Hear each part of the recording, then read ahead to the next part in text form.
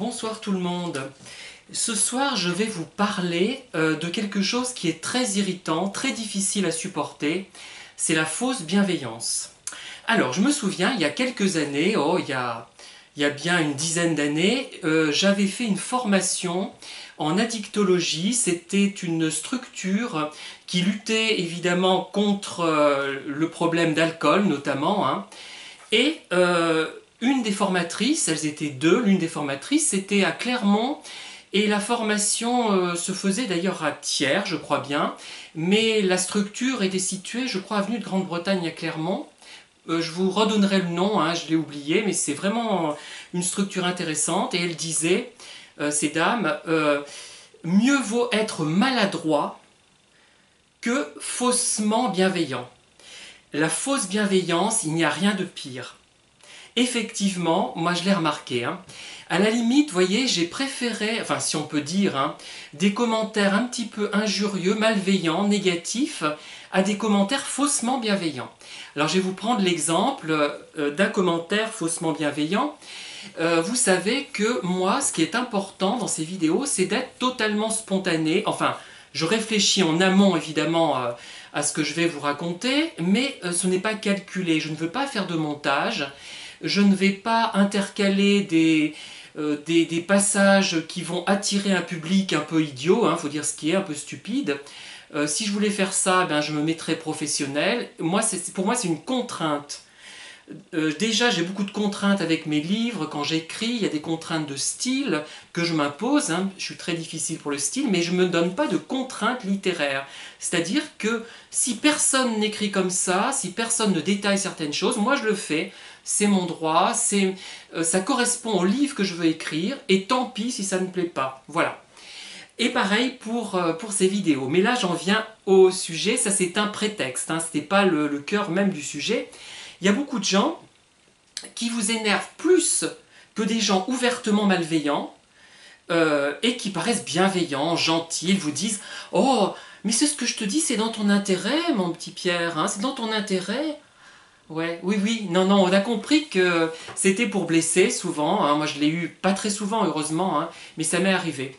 Alors, il y a une personne donc qui a fait une remarque qui a suscité cette vidéo. Ça m'a paru très intéressant. Je lui ai répondu vertement parce que ça m'avait agacé, hein, je dis tout de suite. Mais après je me suis dit mais c'est une mine qu'on m'offre là. Elle me dit mais j'aime beaucoup vos vidéos, c'est très intéressant, votre vidéo est très intéressante, mais il y a des longueurs, donc il faudrait faire un montage, ce qui réduirait la durée, ça ferait plus professionnel. Mais c'est juste un conseil, hein. Vous faites comme vous voulez, je sais que vous voulez être spontané, voilà.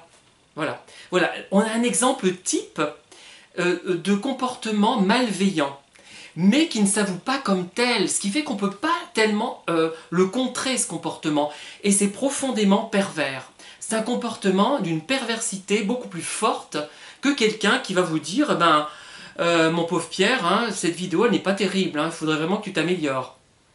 Bon, sur le moment, je vais peut-être pas bien le prendre, mais je vais dire, ah, je vais regarder la vidéo, je vais dire, bah, il a peut-être raison, hein, ou tort, mais ça va être direct. L'affrontement va être direct. Là, ça ne l'est pas.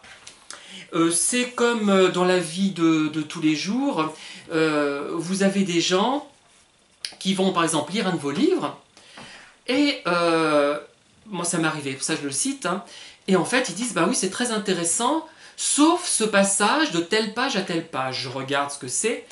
Eh bien, c'est le passage qui me tenait le plus à cœur. Ça veut dire soit que la personne n'a pas été sensible à ce qui me tient vraiment à cœur, ce pourquoi j'ai écrit le livre finalement, ou alors qu'elle l'a fait exprès et qu'elle l'a bien vu que c'était un passage qui me tenait à cœur. Vous voyez, je ne sais pas, ça peut être une incompréhension ou alors une volonté de nuire, mais on ne peut pas trancher généralement. Mais c'est à peu près ça. Et il y a des gens qui vont repérer justement qui vont analyser ce à quoi vous tenez, et sans en avoir l'air doucettement, enfin de façon douce, ils vont vous attaquer sur ce sujet. Par exemple, des gens qui vous revoient après un laps de temps important, ils vont vous dire par exemple « Oh là là, mais c'est bien, ta bonne mine, je te retrouve comme autrefois, c'est bien. » Et puis après ils s'arrêtent, ils disent « Mais t'as pas un petit peu grossi? Ou alors, oulala, mais comment c'est vrai que t'es pas mal physiquement, tu présentes bien, mais bon, évidemment, tu as un affaissement, hein, tu te rides pas, mais tu t'affaisses, hein, t'as un doublement de ton naissant là. Hein. Bon, c'est pas grave, hein, à ton âge, c'est normal. Voilà, bon là, c'est pas très subtil, hein, mais on pourrait trouver des exemples beaucoup plus subtils de choses profondément blessantes, dévalorisantes, mais sans avoir l'air d'y toucher. Moi, je joue beaucoup à ça avec mes collègues, mais elles savent que je plaisante, et donc ça les fait au contraire beaucoup rire. Mais je leur dis, mais voilà un comportement qui pourrait être pervers, c'est-à-dire que quelqu'un, ce que je vous raconte là, pourrait le penser. Alors moi, je ne pense pas du tout. Je prends toujours d'ailleurs des thématiques qui ne les concernent pas, enfin, où elles sont complètement hors sujet, enfin c'est hors sujet, ça ne les concerne pas elles, mais c'est tellement gros que personne n'y croit. Hein. Et ou alors je m'arrête parfois, d'ailleurs c'est un peu hors sujet là d'ailleurs, et je leur dis, je les regarde d'une certaine manière, je dis ça ne te déstabilise pas? Ah bah ni pas du tout, elles me répondent généralement, mais c'est ce que ferait un pervers. Voilà. Voilà, moi je le fais pour rire, mais beaucoup le font très sérieusement, et c'est très... ils font semblant de ne pas comprendre les choses. Elles les comprennent très bien. Par exemple, moi, si je vois quelqu'un qui, dans un livre, va prendre un style relâché d'un bout à l'autre, alors que je sais que c'est un agrégé de lettres, je ne vais pas m'amuser à lui dire « Oh là là, tu ne sais pas écrire, ton style est trop relâché, il faudrait que tu réécrives le livre en style soutenu, ça ne va pas. » Non, parce que j'ai compris l'intention. Mais quelqu'un qui fera semblant de ne pas comprendre va dire « Mais il va critiquer cet aspect-là. » Alors qu'en fait, si la personne est agrégée de lettres, si elle, bon, ça ne veut pas dire qu'elle a un écrivain génial, hein, mais ça veut dire quand même qu'elle a une conscience du style, de l'écriture. Donc, si elle écrit de façon relâchée, c'est qu'il y a une intention derrière. C'est dans une intention particulière qu'elle fait ça. Donc elle n'est pas critiquable sur ce point, sauf si on se dit l'auteur a voulu utiliser un style relâché, elle a fait exprès d'eux, etc. Ce n'est pas mon style de livre, mais je comprends son intention. Voilà. Là, c'est intéressant comme remarque. Mais le fait de ne pas comprendre volontairement est quelque chose de profondément pervers, et je me souviendrai toujours de cette dame. Je l'ai croisée d'ailleurs dans le tram il y a quelques années. J'aurais voulu, elle m'a pas reconnue, mais elle travaillait dans une association donc contre la dictologie. On avait ce besoin en formation quand on travaille des publics un petit peu en difficulté, et elle disait mais allez-y, on faisait des jeux de rôle, hein. Allez-y, laissez-vous aller, il vaut mieux être maladroit qu'être faussement bienveillance. Rien n'est pire que la fausse bienveillance. Et c'est formidable, moi ça m'est resté dans l'esprit cette phrase. C'est une des celles que j'ai retenues dans cette formation, et ça prouve que les gens qui font ça sont d'ailleurs profondément sincères, l'information passe. C'est formidable, moi je trouve, hein, de ce genre de remarques. Et pour en finir avec les vidéos, celle que je préfère, même si elle n'adhère pas à ce que je fais, parce que bon, on est un peu en concurrence, hein, même si moi je ne commercialise pas ce que je fais, c'est Christine Mortamé, parce que ses vidéos sont très spontanées. Il y a parfois, elle bafouille légèrement, enfin, et c'est pas du tout gênant, au contraire, ça donne de la vérité à ce qu'elle raconte, et puis elle a un regard vif. On n'a pas l'impression de regarder un poisson mort hein, quand on la regarde.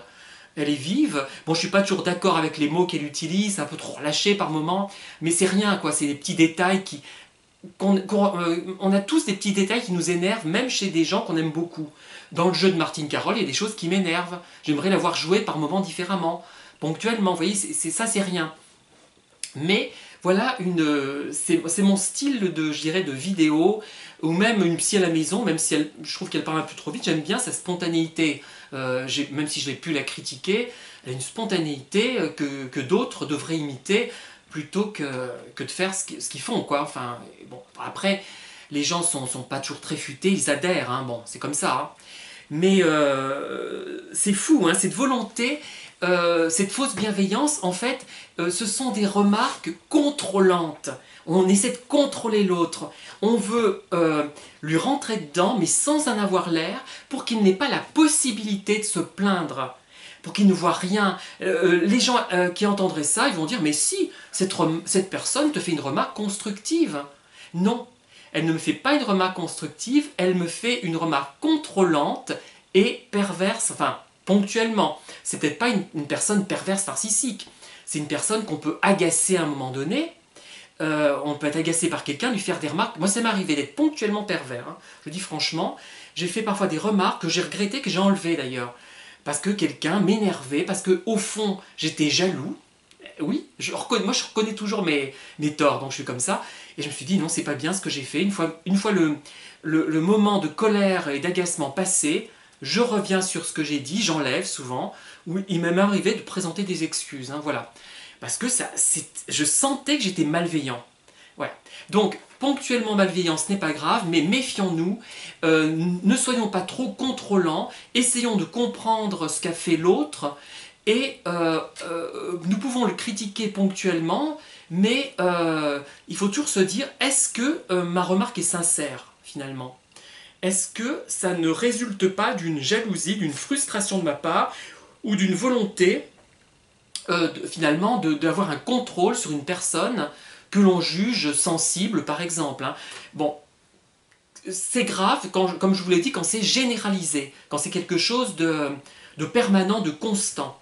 Voilà.